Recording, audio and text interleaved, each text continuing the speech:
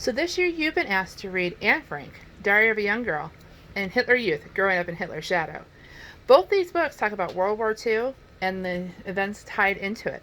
In this video, you're going to learn a little bit more about World War II and also a little bit more about Anne Frank and her time in the attic, which you'll read about when you read her story.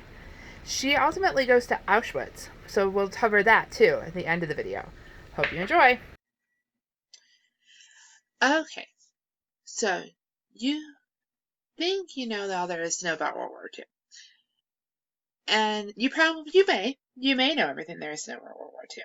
But I'm going to quickly go over World War II in about 4 minutes, just to kind of give you a brief introduction to it before we dive into Anne Frank and the things that happened at Auschwitz and her life. So, World War II. This is set after World War I, which was the precursor to World War II. Germany was financially and politically hurt and really, really, really in danger of collapse after World War I, which actually allowed this man right here to enter into power. This is Adolf Hitler. And most people think, I shouldn't say most, a lot of people would think that this guy is the only guy that had anything to do with World War II. But if you study World War II, you'll actually find that Joseph Stalin, Benito Mussolini, and Hideki Tojo actually were all involved with Hitler and all had pacts with Hitler at one point to try to make some political gains in World War II. Now, I will tell you that for the purposes of the European front, we are going to focus on Stalin, Mussolini, and Hitler. Hideki Tojo kind of only really comes into play when we talk about the Pacific, and that's not the focus of what we're looking at today. Now, I will tell you, Stalin does disappear from this axis of evil, the axis of powers, around 1941, and we'll talk about that here in a little bit. So let's talk the war. Hitler rises to power in 1929, and he begins his whole process. Now, I'm going to tell you that France and Britain also were hurt in World War I, so they really didn't want another conflict. They really were like, we don't want anything to do with this, and as long as Hitler doesn't get too crazy, we won't bother with it. Russia and the US were worried about their own issues at home and their domestic issues, so they weren't even paying attention to anything. Now, Hitler makes a pact with Stalin right before he decides to invade Poland. Now, you're probably going, okay, what do you mean by that? Well, the agreement between Hitler and Stalin was that Stalin would not invade Poland to fight back when Hitler came in. So 1939, Hitler invades Poland, and he starts to become really obsessed with this whole idea of an Aryan race. And we'll talk about that in a later topic of the video.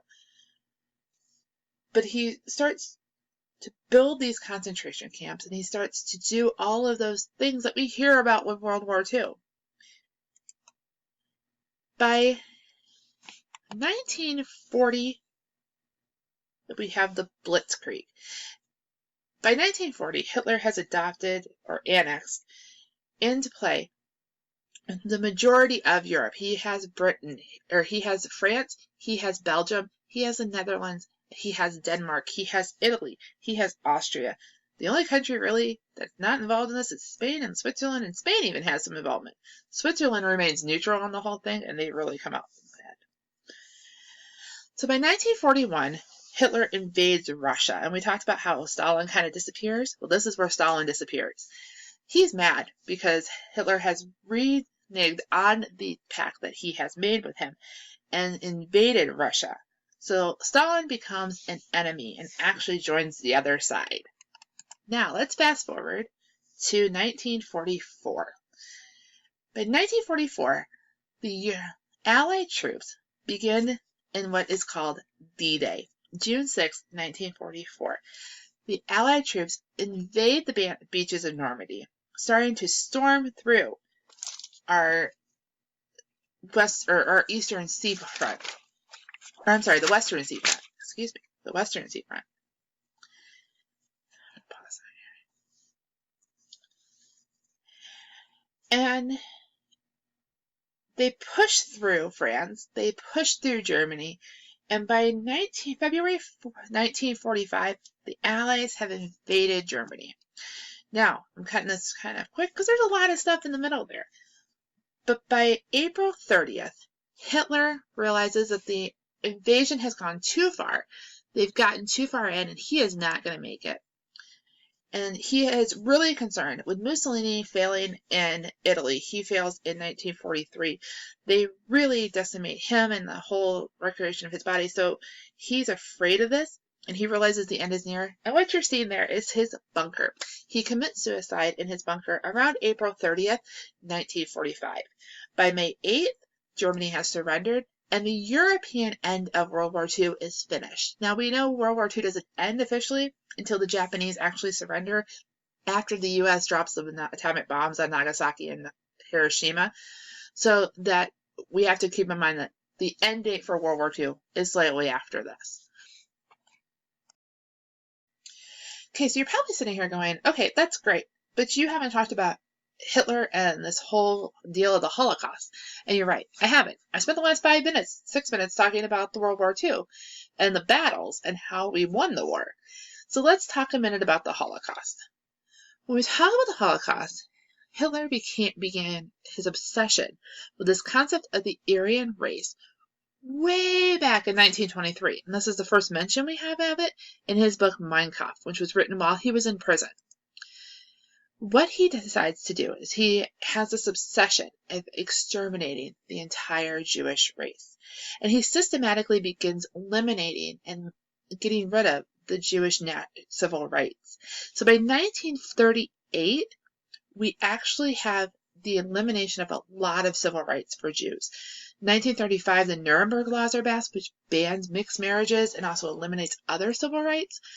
And by 1938, Jewish businesses have started to take effect. By 1941, all Jews were either in the ghettos or in concentration camps. And I say all Jews, this is not including ones like Anne Frank who were in hiding. Okay. When we finally get to 1942, this is the first point we hear them talk about the final solution. Now, the final solution called for the murder of 11 million Jews.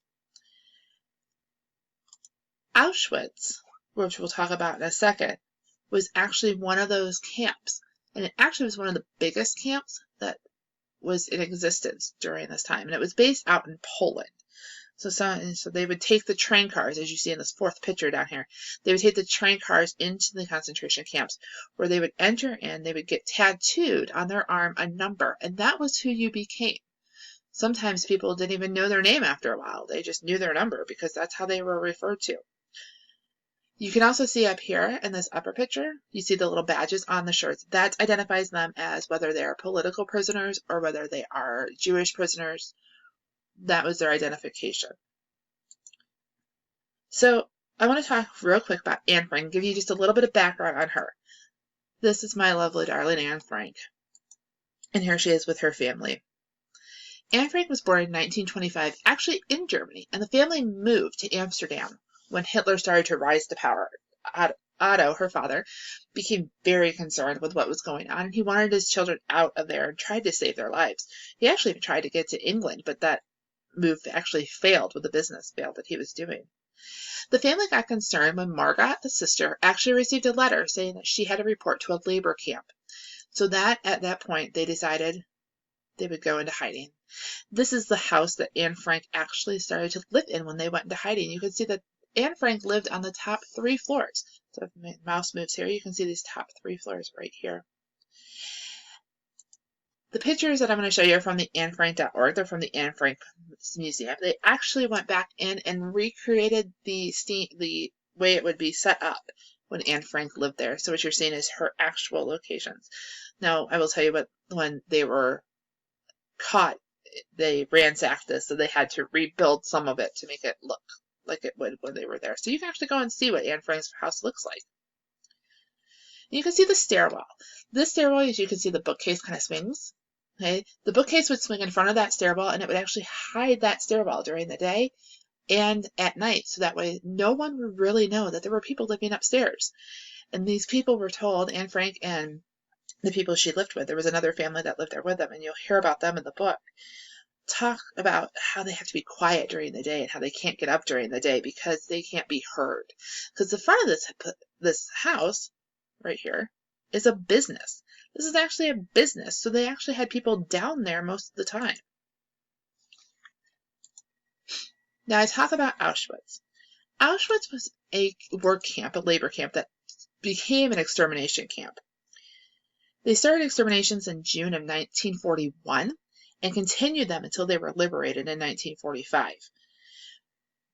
January 27th, 1945, they begin to get word that the Allied forces are moving closer and closer to Auschwitz, so they begin the expanded extermination of their prisoners.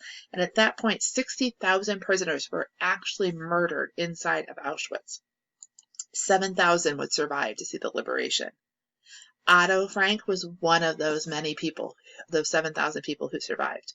Unfortunately, Anne Frank and the rest of her family did not. They died in the crematoriums, as you're seeing right here, and were burned inside the crematoriums.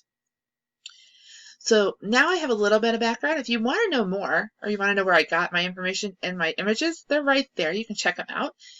I will say Auschwitz.org is a great website if you want to learn more about Auschwitz in particular. They have some lessons that you can go do, and they are fantabulous on that. Well, I hope you enjoyed the video on the World War II and on Auschwitz and Anne Frank. I hope you learned a little bit more than what you maybe already knew, or learned something new that you didn't know. We'll see you next time. Bye.